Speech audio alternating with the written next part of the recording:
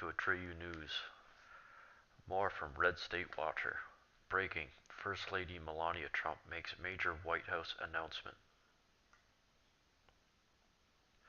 Melania Trump made an exciting announcement today. The First Lady will be reopening the doors of the White House to the public. WhiteHouse.gov reports, First Lady Melania Trump is pleased to announce the White House Visitor's Office will resume public tours on Tuesday, March the 7th.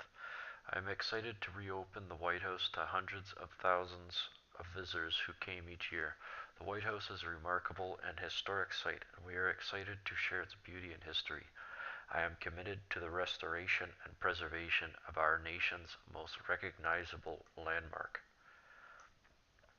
She has got to be the most beautiful First Lady in history.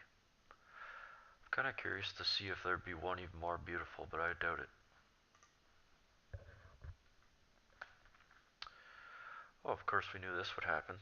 If any white person wins anything, someone like this comes out, tries to demonize them.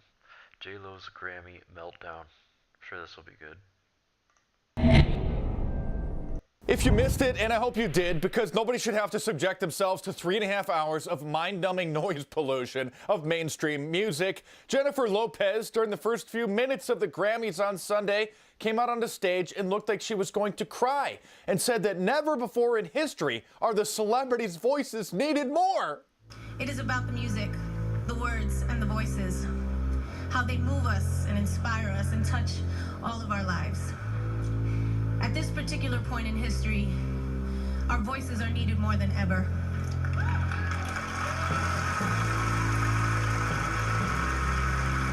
I'm sorry, JLo, but never in history have we needed you less. I know you're getting older and you're probably not keeping up with technology, so let me enlighten you. You see, in today's society, a talented teenager or a senior citizen who likes to sing can post a video of themselves online and literally overnight can get millions of fans, completely bypassing the traditional means of production and distribution for their content. And what this means is artists can bypass literally every single gatekeeper that has been an obstacle to most people's success in the past. Agents, managers, studios, multi-billion-dollar music corporations, which have up until recently decided which artists and which material is going to make it to the masses, who all had a hand in deciding which artists' CDs, if they were even recorded, would make it onto the store shelves or onto the radio. Now sure, if you want to be one of the top 100 artists in the world and be on all the talk shows and all the award shows and on the cover of all the magazines, then you may need to sell your soul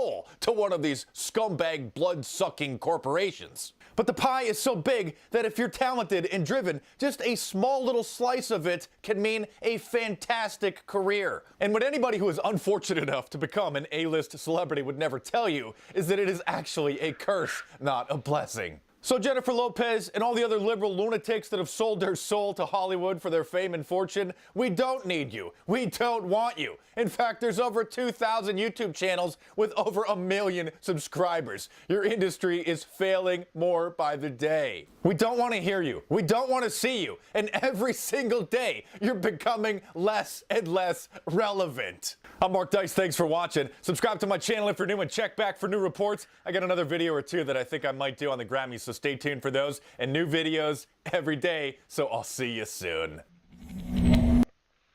Isn't that so true too, though? That the celebrities would try to push the idea that they are still relevant in an age where we are the news, we the people are the news. Even my channel and others like it, inspired by the fact that we can become the news living in our own house. We don't have to obey and listen to these morons dictate things they don't understand. These are the same people that live in segregated societies. They drink separate water supply, they got a separate set of rules, and they got walls around their entire place where they live. So listening to these people is completely obsolete. You'll see celebrity power, star power will drop significantly when the real heroes of society, the ones that actually save it and build it, will rise. Breaking. Russia deploys banned military equipment.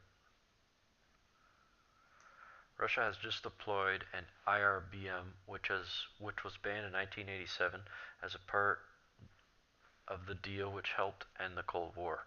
What should Trump's response be?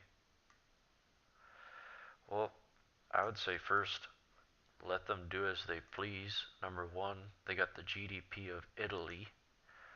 And number two, they're not acting aggressively towards the United States, other than like a couple that, okay, the flybys with the ships, that has to stop. Other than that, Russia does not shown to be an aggressor towards the United States, unlike Islam and Iran, sorta, and North Korea. I don't really see Russia as an imminent threat, although they could be if they wanted to be. I don't see Russia as an aggressor, so I say let them be. According to the NYT, Russia has secretly deployed a new ground-launched intermediate-range missile in violation of a 1987 treaty with the U.S., which helped end the Cold War despite complaints from American officials. The ground-launched cruise missile at the center of American concerns is one that Obama administration said in 2014 had been tested in violation of a 1987 treaty that bans American and intermediate range missiles based on land. Well, if Russia keeps showing aggression towards ISIS and not the United States, I wouldn't put much thought into that. Reince Priebus could be in trouble. After GOP establishment forces inside President Trump's White House forced out National Security Advisor retired Army Lieutenant General Michael Flynn, sources close to the president confirmed to Breitbart News there is a serious doubt as to whether this early administration shakeup will also see the exit of White House Chief of Staff Reince Priebus. From what I understand, Reince Priebus is actually the mole and the rat within Trump's organization. He's actually feeding the Democrats information. That's why reporters and hit pieces are coming out on what Trump's doing, where he's at, what he said during closed-door meetings, and he's in a lot of those closed-door meetings. So, as long as you start isolating people, I know even before Trump became president, Reince Priebus did not really have a very good reputation amongst we the people. We don't trust him, and for good reason. Specifically, multiple sources close to the President Trump with internal knowledge of White House operations told Breitbart News on Monday night that the buck stops with Priebus when it comes to the botched rollout of executive order temporarily banning most travel to the United States from 7 nations with a history of exporting terrorism and temporarily halting the refugee program. This news comes, of course, in the wake of news that Flynn was pushed out, but also as more and more reports of a likely shakeup at the top. Reince is responsible ultimately for the rollout of the immigration executive order, one source said. He failed to get Attorney General Jeff Sessions on the calendar and Senate in time for what he knew would be a highly controversial executive order. He was supposed to be this wizard in dealing with congressional Republicans, but has not been successful in getting anything serious done. See, I suppose our allegations are correct again. This guy is not to be trusted, and I would watch for him for the next one to resign.